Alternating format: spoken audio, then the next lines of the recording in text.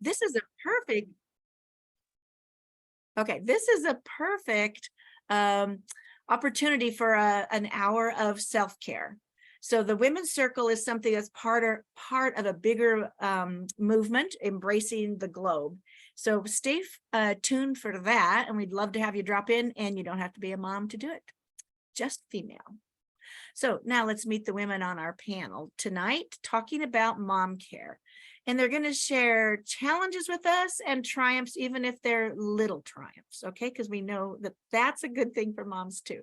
So let me introduce Irene Martinez. And I'm introducing her first because she's a pediatric occupational therapist with over 20 years of clinical expertise working with newborns and parents who are leaping into that first critical year of life. And we can all remember what that was like. And her expertise is really helping them negotiate that. And now Michelle just popped in. Did you see Michelle? So Michelle, and sometimes, you know, this is technology, we get bumped out and we come back in. So everybody just hang in there with us. So Michelle, do I see you back in? Back in? Not yet? Okay, well, I'll hold off on her introduction then. So Janel, wave. Janel.otto was raising 2 daughters when she found herself divorced after 24 years of marriage and had to suddenly navigate a new life that she wasn't expecting. And she had to find greatness within, and she wrote a book about that. And now she's a grandma who's babysitting her granddaughter. So this is all exciting news, but you know what? Again, you have to decide, what do I keep and what do I let go? But I still have to take care of myself. And Ren Robertz learned that lesson as a single successful entrepreneur with $1 million business when she adopted 3 siblings. And these were school-age kids. These were not babies. And like those of you who may have become an instant family through adoption or foster care or new stepchildren or grandparents taking kids with grandchildren moving in with them, there's none of the 9 months of build up to the big event. Life changes in a moment, inviting new children into your home. And so Michelle, there's Michelle. Now, Michelle taught school for 8 years and then stayed home to raise 3 kids who are all in school and have a lot of extracurricular activities. And this summer, her family traveled about 7,000 miles for road trip vacations. So we're just curious to find out if it's even possible to get a moment alone in that situation. So ladies, welcome so much to this panel sponsored by Workshops for Moms. And our big thrust here is helping moms and supporting moms. We know it takes a village, and we've all been in the midst of raising kids and knowing what that's like. And so what we're looking for tonight is, let's just start with, why is it important for mom self-care? I mean, it's a big topic. You see it all over the internet. So why is it important? Irene, you're jumping in with parents who have never experienced parenthood before. And it's very hard with newborn to kind of pull away. Can you give us a little bit about why you think mom self-care is important? Well, as we all know, I think in this panel, and probably the wise women listening to us, we need to be able to give from a full cup.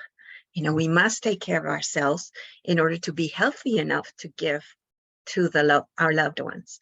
And particularly that first year is extremely challenging because we don't even have words to communicate with our babies, right? But then we do have other instincts that I love to tap into and kind of reframe that early parenting experience, because you're not just shaping a baby. As a parent, you are also impacted by that experience for a lifetime. And this is where you build that, the rest of your relationship and your lives. So I like to reframe it by inviting us to consider it as a collaboration with our babies, because babies don't speak with words, but they have all kinds of different languages that we as adults have forgotten. So you could say I'm an expert on helping parents become their own baby whisperers so that they can connect to that inner wisdom and co-create the best beginnings to life with their babies. And Michelle, with 3 kids at home. And how old are your kids? 12, 10, and 7. So do you have a favorite mom time activity? Now you work a lot with other moms in making connections, and what's your advice to them? My advice to them is to take those moments before, when you wake up before the kids and you hear the morning routines and you're saying 30 to an hour. No, I'm talking 5 minutes, even a minute, where you just set that intention before you respond to kids. One person mentioned, well, my kid sleeps with me, and if I move, they then I disturb them and they wake up. I'm like, well, then you're awake. Take some deep breaths, lay still, and just start your day in your head before, even if they're next to you. Like, find a way to start your own day. And that's what I really recommend, however that speaks to you. But to look at journaling, look at anything that would just, even if it's just 5 minutes, that you set that intention for your own day before your phone, before anybody else, including your kids and your husband or spouse, or however, is my advice. And Janelle, how about you? What's important? And now that you've got a grandbaby in the house too.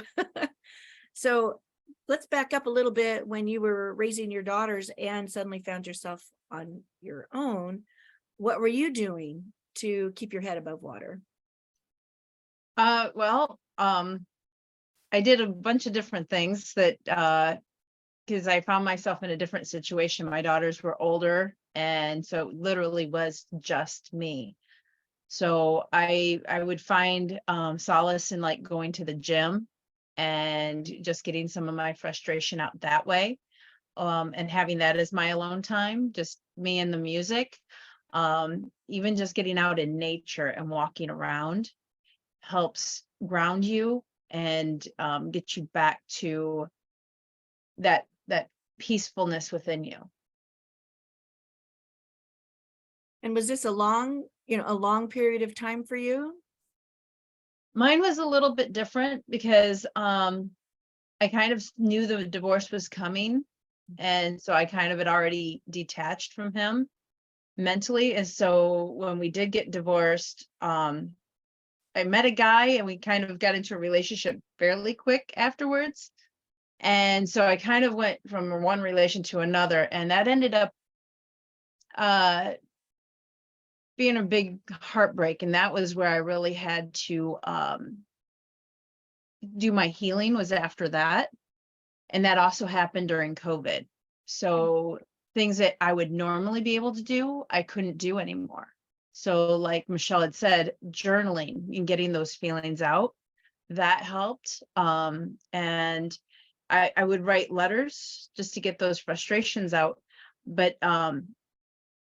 I found just even meditating, having that meditation time to help be by myself and have that alone time before anybody else came into my room or, into my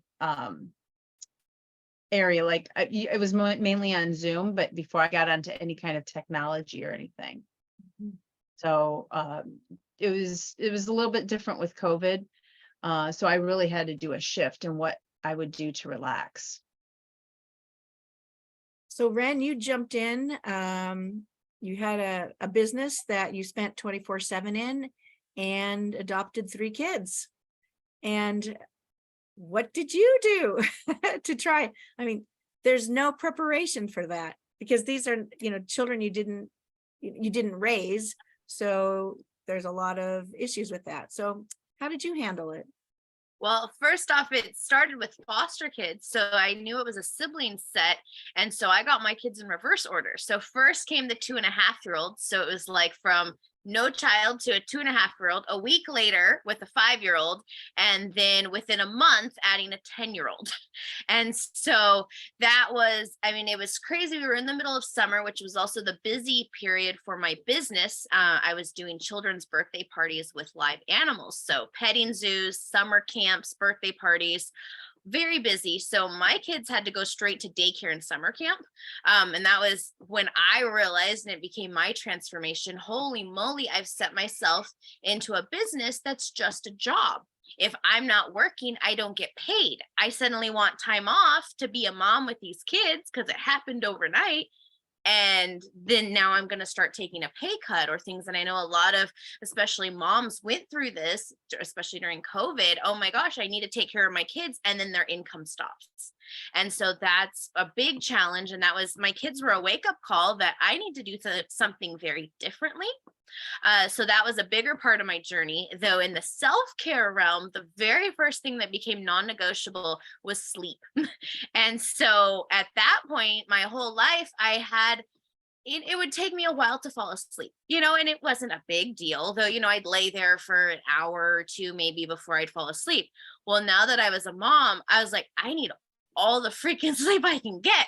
And so that was just mandatory. And so I took like sleep supplements and was like, yep. And so to this day, like my sleep is so precious. And so it's, being able to instantly fall asleep, I'm just so grateful. And then the flip side is being able to be like, okay, it's the end of the day. Is a clean house or cleaning up more important than this extra 30 minutes or hour of sleep? And so making those decisions when to push yourself and when to say, you know what, my rest is most important. So that's my big self-care tip on that. Are you all in agreement with sleep on that? Well, we know that new moms don't get much sleep, that's for sure. And I don't know if you ever really sleep after that, right? So Michelle, since you went on a family trip this summer, it's kind of interesting on traveling, especially, I mean, it could have been on trains and planes, but you were in a van with a family of 5 doing thousands of miles and camping on top of it. So No camping. No camping? Oh, well. We didn't have room to keep gear for camping. Oh, okay. So it wasn't camping. Okay. So what in that, when you're in tight quarters with kids and they're out of their routines and all, what did you do for self-care, or were you able to? It was more that I think the stuff led up to it, and I knew the schedule was going to be busy, so I was kind of like mentally prepared for that. But it was more trying to keep the peace when tantrums did arise, and the strangest tantrums would arise. Whereas, for instance, my 12-year-old, the boy would got mad because the girls got all happy that they got the one mattress bed on the floor because the sofa bed was broken, and we put the mattress on the floor, and they got to sleep together on the floor. And he gets a nice big bed, and he complains because he wants the floor.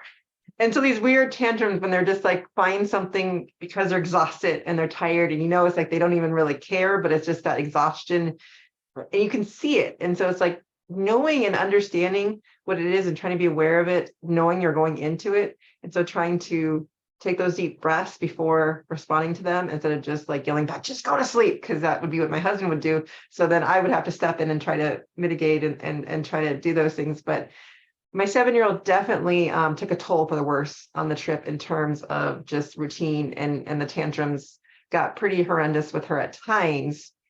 She even says to this day, I feel like I was too angry on the trip. She says that she reflects on that, saying that. And so, but then I try to say, well, that's okay. Like that was part of what were some of the good parts you had? Because I feel we always focus on the negative. So I think part of the self-care also is, even though we had those difficult challenges, like the whole point was it was a family adventure. And you go in knowing that it's an adventure. It's not going to be a vacation. I mean, it is going to be work, because you're going to deal with all this stuff going in onto it. So it's the mindset of going in with that and knowing that. And so, yeah, there was one time where I even threw my little tantrum. I did throw one tantrum on the trip, which I figured isn't too bad out of 14 days. But I just got really mad at my husband about what he said about food, and I walked out of the restaurant. and my son, I think, was the one who came back and got me. But it was just, walking away when you need to walk away too, because it was just the tension rising. And so I think it's just being aware and discerning what you need and doing your best to understand where the kids are coming from, because they're out of routines. We changed their schedule. We were pushing them. And I knew that. So it's like, what can I do to help with that? Because the worst tantrum my daughter threw, you could tell she was just hangry, but she was so upset she wouldn't eat. And so it was just kind of letting her wait it out till she could finally get some food into her. She's like, I feel much better now.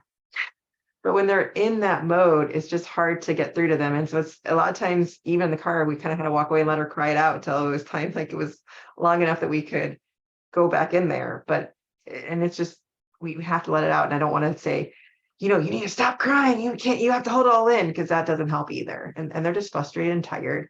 And it's just understanding that and going in knowing it's bound to happen because of schedules. And it's almost predicting what are you going to do. So for instance, one of the problems I know that we always had was what movies they would pick, because we have one DVD player that they actually all like to watch a movie together. I know they have their own devices, they could watch it, but they actually like watching a movie together. And they'd always fight over which movies they'd watch. So before we left, we got all the DVDs out and I made them pick movies in the order that they would go. So honestly, they watched 3 movies the entire time we were in that car. We were in the car for 97 hours total, including drive time through national parks and stuff. But they only watched 3 movies total. Just they knew what movie was coming and they didn't even fight about it. Like it never really caused a huge fight. They fought about everything else. They found other things to fight about. But like just whatever you can do to be proactive about things, and just it's all the pre-planning and the pre stuff going into this and the mentality you set yourself up for to know some of these things are going to come up, because it's just reality, and trying to plan that out ahead of time. So you're experienced the classroom teacher, and then, you've had with the kids. So Irene and Janelle with the new grandbaby too. So Irene, what do you see with new moms? I mean, we've got new moms listening who are in the midst of this or getting ready for the experience. What do you see as the major thing that they need to be doing? Well, I think a big part of it is those huge expectations that we have, that it needs to be quote unquote perfect when we know it's going to be messy. And I'm going to take off a little bit with Michelle was saying, it takes a lot of, acceptance of what is really happening at that moment, and not judging yourself really helps. And the messy can be pretty wonderful, but when you're in it, sometimes you don't have the wherewithal to appreciate it. So I really support my parents and kind of just keeping the stress level down, reframing the whole experience, because it can be pretty stressful, but it also has the potential to be so wonderful, And when you tune into, let's say your baby's crying and you have the opportunity to tune into your own stress, then there's a way that you can play with that language that is not in words. So children kind of invite us to go a little deeper, and that can be challenging because, we got to be real, right? And babies, they don't have the words, but we can be in tune with them and with ourselves. And it goes a lot better like that, I think a big part of it is releasing the judgment, embracing the mess, and getting the right support. Well, Janelle, do you see yourself giving advice to your daughter? I wait for her to ask for advice. Oh. So I'm a former teacher, I worked in daycares. I've raised 2 daughters. I'm very, very knowledgeable. I very rarely give her advice. I wait and I let her know I'm here if she needs me. The one thing I did tell her was, if you need a break, if she gets stressful on you, it gets too stressful, ask for help. Because I think a lot of times as moms, we don't ask for help, or we don't have that help. She actually has the luxury. We're all roommates together. So I'm here to help her if she needs it. And she'll do that now. At first, I think she was very skeptical, but now she's like, hey, I just need to go to the bathroom. Can you take her for a minute? Okay, sure. And, just so because for being 6 months old, she is very, very active and moves a lot more than she's above average in a lot of things. So, and the other thing I did tell her is, don't have those expectations, whatever those milestones are, they may be different for her. So, yeah. The worry. Yeah. Don't worry about things. Yeah. Can I pop in a little bit with that? Sure, Because sure. I think is such a problem, because we have so much information in the internet and so much information in this checklist. And we're always comparing ourselves with this like unreal, and really, those checklists at the end of the day don't mean that much. There are components to that whole experience that are a lot more precious than what you can get from that information checklist. So yeah, one of the best things that we can do just so we can be fully present and really enjoy those moments, because those moments are not coming back and they will shape the rest of your lives, because they do, particularly when you have a tiny one. You gotta let go of that. And you do have, you know, one of the things I do encourage, because a lot of young women now having their babies, they're like, it's almost competitive, you know, like I gotta do it perfectly and this is the way it's supposed to be. And there are so much room to grow from that. And so many things that if you have the right support, you can really make the best decisions for your baby. So it might not be the most popular decision or whatever, you know, Instagram says or TikTok says.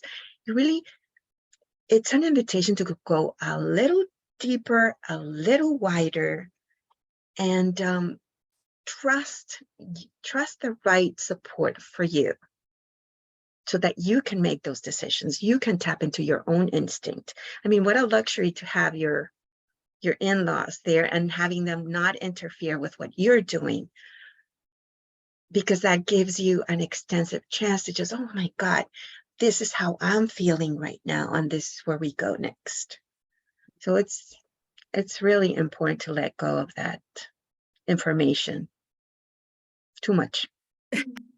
Well, you know, Maybe we were Dr. Spot kids, my generation. So now it's raising kids by TikTok influencers, I guess.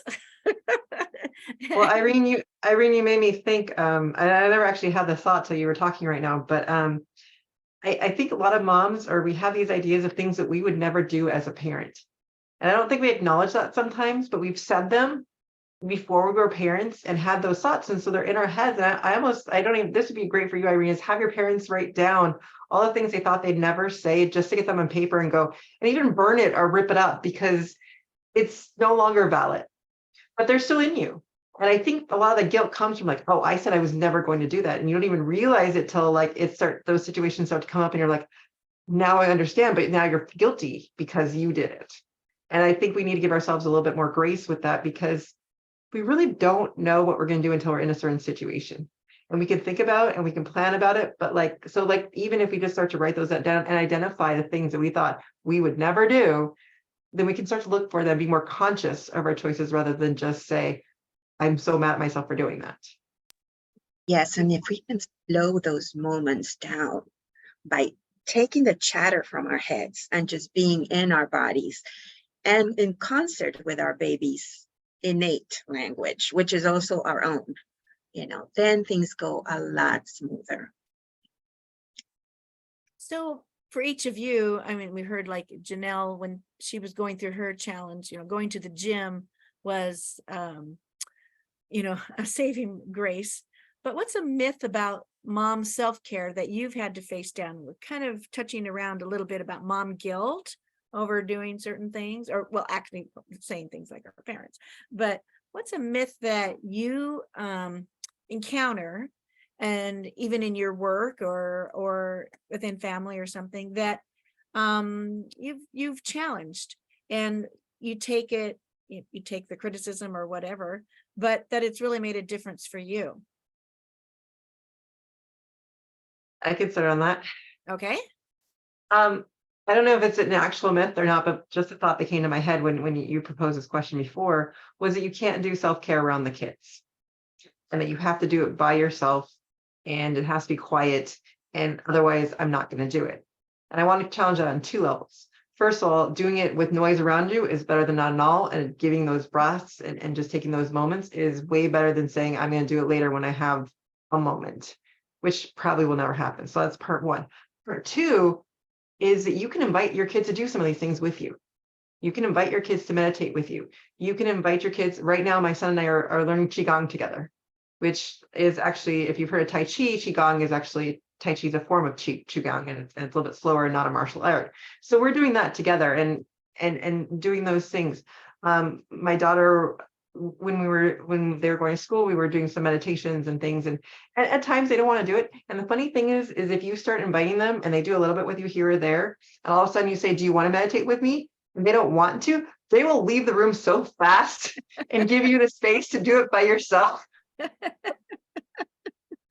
And so like the more you invite and show them what it is and stuff, and if they decide they don't want to do it that moment, you will not see them. You can do your own self-care and they will keep themselves busy to stay away from mommy.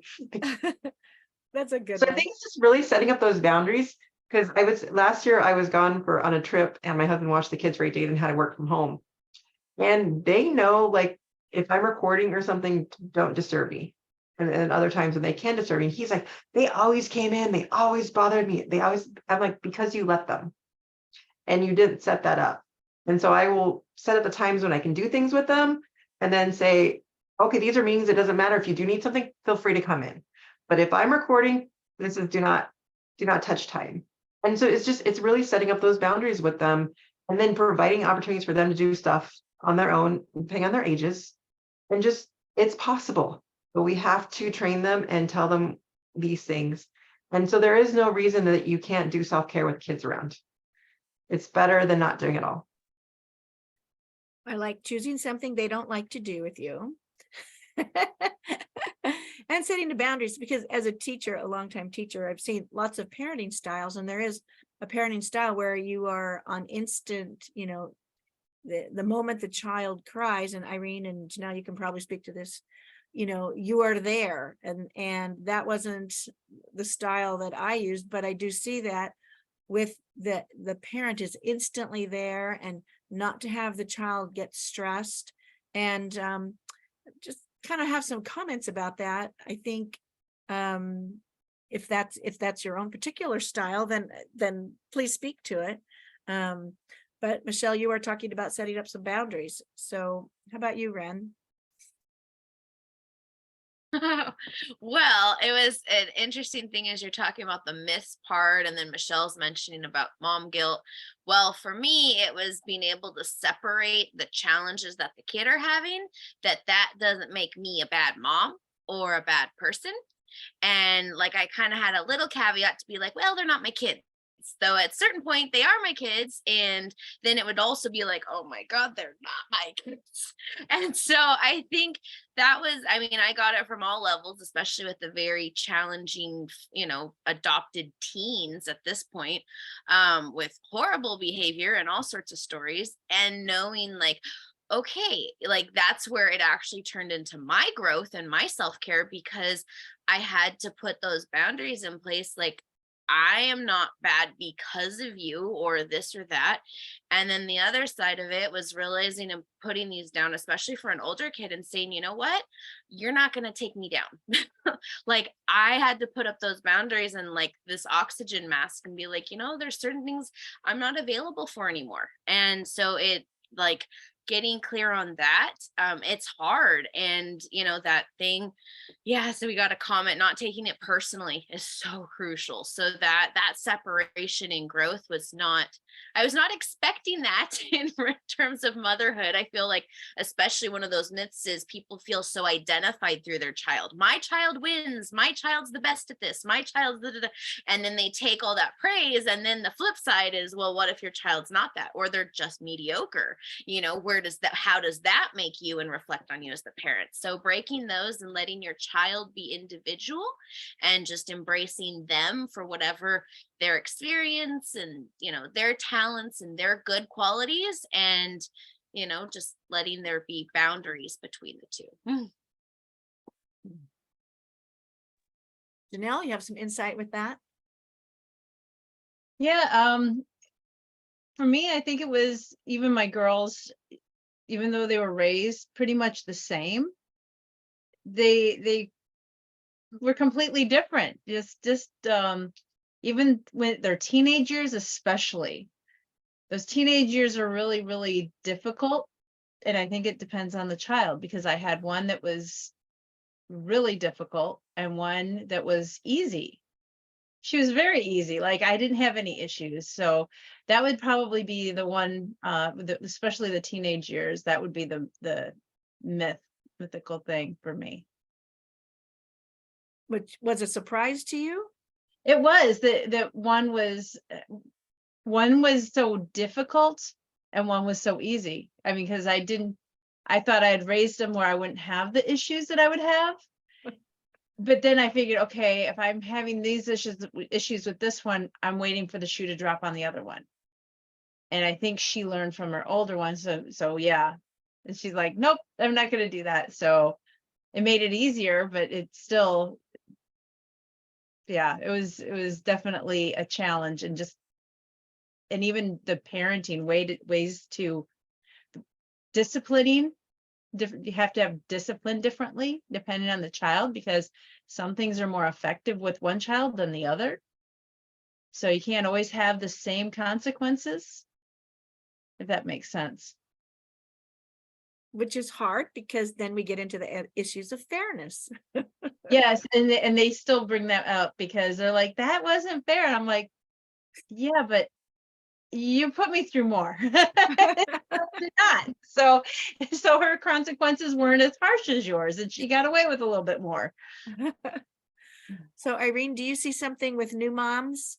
There's There's couple of, myths there that you need to Yeah, talk and with there's them through? yeah, there's a couple of things that you all brought up with, which I think are really, really important, particularly with new parents. You know, self-care, you have to do self-care with your baby. You become an expert at doing self-care with your baby. In fact, it's an opportunity that to practice exquisite self-care and with your baby. What I mean by that is tuning into yourself while you're, sometimes you're going to need a break, correct? But a lot of the times, when you first become a mother, there's also that opportunity of kind of tuning into your own bodily functions. And that's why I recommend that parents be very well nested, because part of that language that starts out, that is beyond words, is about like being able to relax with your baby, doing the skin to skin with your baby, doing certain things in kind of your own rhythm, like knowing what to do when you're trying to wind down, as opposed to when you want to be more alert. So it is an opportunity to practice exquisite self-care and also be very well supported for the times that you're going to be overwhelmed, because it's part of what happens. So that's one thing, practicing self-care with your baby, but also setting boundaries, I think, is a big challenge, particularly with babies, because we feel like, we're at their beck and call. And my invitation is to consider them more of a partnership, and it's I'm saying that because, people think that babies are that helpless, but honestly, they're very smart. They're very smart and they're very connected to us. So we can build on that connection to kind of co-create something that's more of a collaboration than mommy is a slave to the baby. Like I've seen mommies like go through pain to breastfeed. You don't really need to do that. You can, there's things that you can do, break the seal and teach them differently. Or if it persists, you go and get the right support so that you're not in pain doing this thing, because we are not subservient to our babies. I think that moms a lot feel like, once you have a baby, your life stopped. I'm like, no, this can be fun. This could be a nice partnership. And this could be an opportunity to go a little deeper within yourself and take better care of yourself, particularly when you're supported. But I think, setting boundaries, it is hard. It is hard for most moms because they feel, oh, I can't tell my baby no. It's like, no, if your baby's hurting you, it's a no. Mommy needs to be happy for baby to be happy. I mean, that's just rule number one. That is hard. Yeah, that is a challenge. So I think nobody's really prepared for motherhood, even though we've got former teachers on the panel and you've worked with kids. I just don't think you're prepared. I part of it's the emotional thing. Part of it's being tired. Part of it's always having to all of a sudden activate your brain of keeping track of everything that you were not having to think about before. So in all of that, where is for you what was the biggest surprise about motherhood for yourself? Anybody want to jump on that? I'll go ahead and jump on that. Okay. For me, I really didn't want to have children. And then when I got pregnant, and I had my daughter, I did not realize how much love was outside of my body for this human. And the joy this little infant would bring to me. And throughout the years, I mean, I absolutely loved being a parent. I still do. I really don't parent anymore. Now it's, I guess I'm a consultant when needed. So I think if they need something, they'll come to me, but it's not like my parenting is pretty much done. But I did not realize that I was going to enjoy that whole thing, the whole thing. The teenage years are definitely a struggle, but I still did have moments where I enjoyed it. Well, I would be the flip side. I was somebody who really wanted to be a mom, and I was so good with kids, and kids just loved me. And I was, an after school teacher. I was a tutor. I was a nanny. I was everyone's favorite. So I'm like, yes, I'm going to be the favorite to these kids. And so it was like that, with the little one, it was so perfect. From the first week that I met her, she was like, it's my mommy. And she barricaded all other women from coming close to her mommy. It was so precious. And then when we saw her biological mom 6 days later, she wanted nothing to do with her. So it was that was kind of weird emotions. Though then the flip side of it is then when the oldest one came along and saw the little one attached to me, there was this hatred. So it was oh my gosh, I went in there I can the love is gonna be the solution. And it was kind of an eyes open, holy smokes. I didn't know how much rage I had inside of me until I became a mom. And I think probably I see other moms shaking their head oh my gosh, this frustration, and thinking you're so prepared. And it's these kids never leave. So, or you can pay to escape it, though they're always in your house, they're always making messes, they're always this. It's wow, okay. So I think that's part of what people aren't prepared for. And then that's, you're either going to sit and wallow and never get over it, or that's, at least for me, I flipped it up on the growth. And I was I don't want to stay in this. I don't want to keep the rage in. And so being able to transform that, now it's the kids are going to do the same things. And it's bloop, and I can keep my peace. And that is priceless. So thank you, parenthood, for helping instill that gift. And then it's you can enjoy all the fun stuff and love it, though it's the flip side of whatever you think it's going to be or not want to be, it might be totally different, and just trust the growth process. I don't think you can anticipate all the emotional part of it. I think I'll have to piggyback on Ren saying all of that, and that we kind of have this idea, or at least I did, of what it would be like. And I'm actually in between Janelle and Ren, whereas I wasn't sure I really wanted kids, but I knew my husband did. And it was, or actually I guess I wanted to adopt kids more than I necessarily wanted to have my own, but then it just happened that way. And so being pregnant with my son, it was just this unknown thing. You're oh, this is going to happen. But it's when it actually did happen. And for me, though, it was pretty difficult because 3 weeks after he was born, I had appendicitis. And then when the appendicitis happened, they found a hernia as well. Oh, gee. So 5 months later, I had a second surgery. And so each of these times that I had these surgeries for 6 weeks, I couldn't really hold them or pick them up. I could hold them, but I couldn't couldn't move my stomach muscles. So I couldn't actually hold him.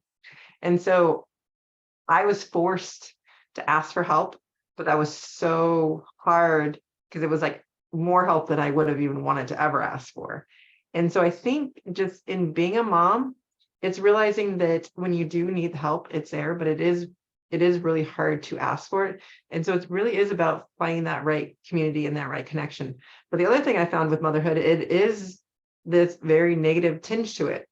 there is a huge complaining fest that goes alongside of it. Like everyone just says it's so hard. And a lot of the groups I was in, which is what made me want to do what I want to do, is it would just be like, if you didn't have a complaint, you couldn't come to the table.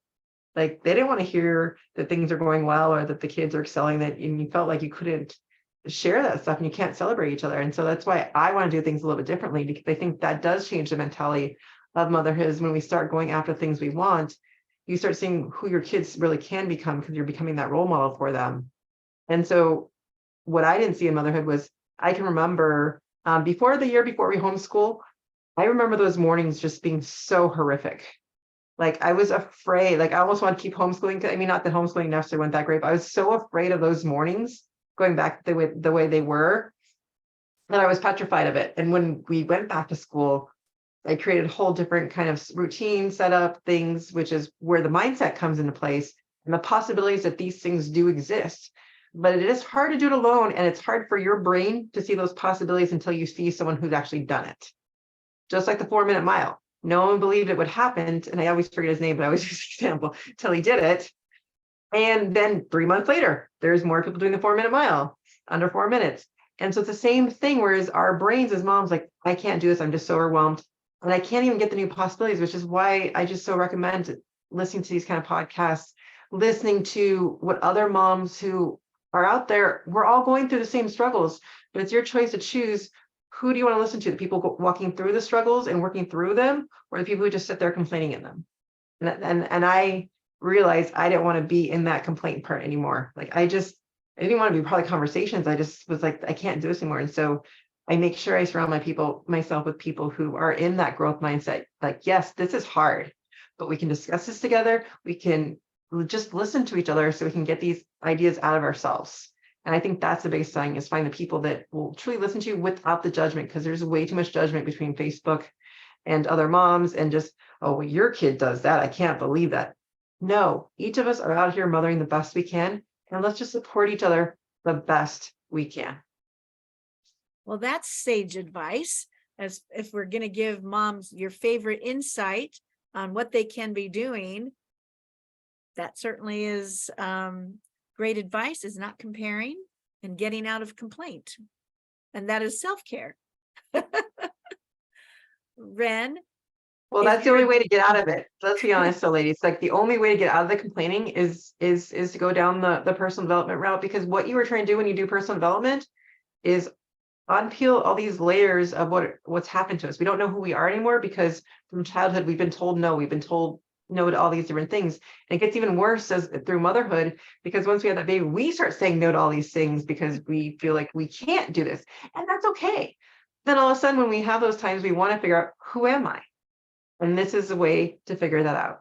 I'm sorry, I didn't mean to cut you off, Ren.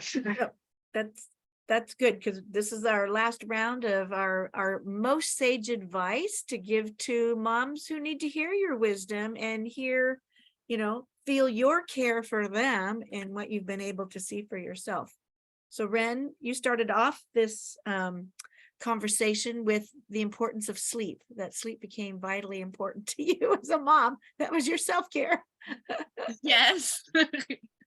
And still to this day, now it's like I've upped my sleep. So it's like sleep mask and earplugs and the noise and the temperature and and yeah, because that's where I can operate so much better. So whether it's, for my kids, for my business, it's really for myself. So like we all keep saying on that, it's the self-care, growing to be the best. And I think just loving and wishing the best for your kids, like that's what you're doing, is you're supporting these human beings. And, just the little things, like my daughter, we were traveling recently with her friend, and she saw a homeless person with a dog, and she was so compelled. She made me drive around the block so that we could go back and give them a slice of our pizza. And the girls scrambled for their pocket change money, and they walked and gave it to them. And like, that says it in that moment. I'm just like, oh my gosh, like, I'm not telling them to do that. They're just passing along this goodness. And I think that's the advice, is just love and just bless all of the goodness and seeing that your kids do in the world and focusing on that. Even through being angry. Yes. well, let the anger go. Like that's, we can let all of that go and work on ourselves. So the bigger thing is, even if we're angry, looking for the good part and, just trusting that ripple. It might not look good now, though, just trusting that the bigger picture, it's all working out. And, these are people that are going to make a beneficial, impact on the planet. So just trusting in that we do our best and the best gets to follow. That's nice. Janelle, your insight to all the moms out there listening, needing a little boost today? I would suggest when you're really struggling, and even if you're frustrated, focus on your breath. Just stop. And I wish I would have known this years and years and years ago, but you focus on your breath and it just calms your nervous system. And my favorite one to tell everybody to do is box breathing, because it's the easiest one to remember. And I start with the number 5, and I just say breathe in for 5, hold for 5, exhale for 5, hold for 5. And if you need to breathe in for 7 or 8, whatever it is, if you need to breathe in for more or less, find what works for you, but do it and hold it for that amount, exhale for that amount. And it just helps calm you down. And you can do this with your child also. I also found that, especially with my granddaughter, when she's struggling and fighting going to sleep, I change my breathing. And I just take a very slow breath in and a very slow breath out, and it calms her down. And I got this. Every time I think of this, what I think of is, they say when there's like 2 like grandfather clocks in the same room and you have them differently, they end up being basically syncing up. So they go at the same pace because of the energy or something. But so I was like, well, let me test this. If this works for clocks, this has to work for my granddaughter. And I tell you what, it works like a charm. Huh, wow. All these are great advice. Oh, well, Irene, we're going to have you finish up this segment with the most important insight that you see that moms can be doing for themselves. Well, thank you for the honor, but I think we've all put some incredible wisdom in here. We talked about releasing judgment, but I want to leave us with the invitation that connection that we have to that little human beings, or those little human beings that either came from our body or not, that connection is vital. And we do have the power to do connection with ourselves and through ourselves to another human being. And that can be medicine, that could be exquisite self-care while we're mothering. And we are capable of that. I think we can remember that primal language. I call it a primal language because it's something that is within us. And it's also within our babies, our children. But with a baby, it's a little easier because they have not developed all these other strategies. So they invite you to connect a little deeper with yourself. So Thank you. connect and thrive.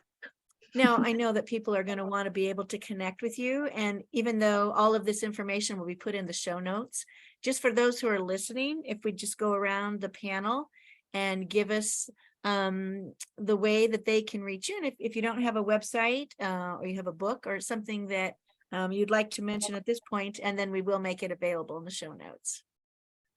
Irene, would you like to tell us about your website? My website is bestbabybeginnings.com. So you can always reach me there. And I actually have a gift for the people who have listened to this. There's a way to connect, to understand the essential ways to connect with your newborn baby. And that's your gift. I hope what is it that I say in my program? Bless, build, and benefit from the moments you spend together. I love that. Janelle? You can find me on Facebook at Janel.otto Coaching, and you can also email me at Janel.otto Coaching@gmail.com, and that's JANEL.otto Janel.otto. I also have written a book, You Are Your Own Lighthouse. It's found on Amazon. It was written for women who are going through divorce, but I have found that it really is for anybody that is needing to find something different to do when they're struggling. And I made sure it wasn't just for women, so men out there can use it too. And I just found out she's not my real grandma, but she's like my grandma. She's 92. She just read it for the third time and says you did such a great job. So I just got the highest compliment today. So That's nice. but yeah, that's out there for you to help give you different ideas on when even when you're parenting and you're like, what do I do? You know, what can I do to help myself? There's ideas in there for you. Awesome. Michelle, how can mamas reach you? My website is connectingmamas.com, and you can get me at mamaconnector@gmail.com. And actually, I have one anthology that just came out with both my daughter and I are in it. Voices of Women. The edition is 2023. And actually, next week on Tuesday, is that the 1st of August, if depending on when you're listening to it, my son and I are in another anthology called The Parenting Handbook. And so it's about the connection and doing these things with my kids and watching them speak. And I think as parents, when we go after the things that we want, we start to see the things that inspire them to do the things that they enjoy. And I really just, the last thing I want to say to you guys is really focus on the positive qualities and looking for the things that they're inspired by. In school, they're so told to focus on all the stuff they're bad at.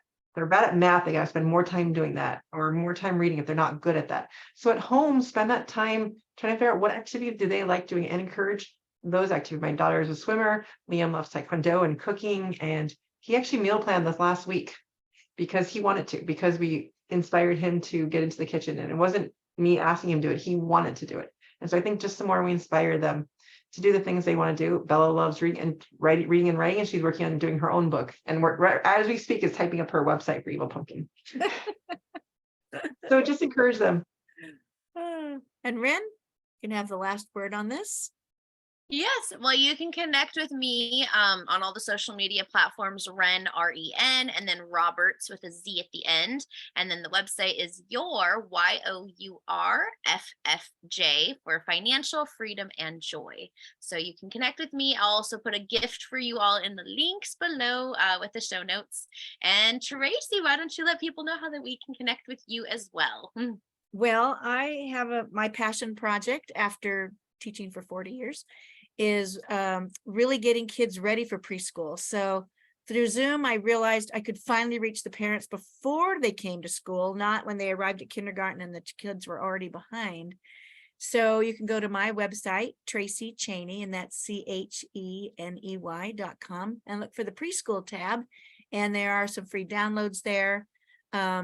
Charts for what kids should be doing. And we look at growth charts, but for me, it really has to do with drawing and scribbling and coloring, all the things that screens are kind of interfering with right now, but that kindergarten is counting on your kids to have that in place before they arrive at school. So I love being able to reach parents. We love having workshops for moms, and look at all the great moms you met tonight. And that is true for all of our programs.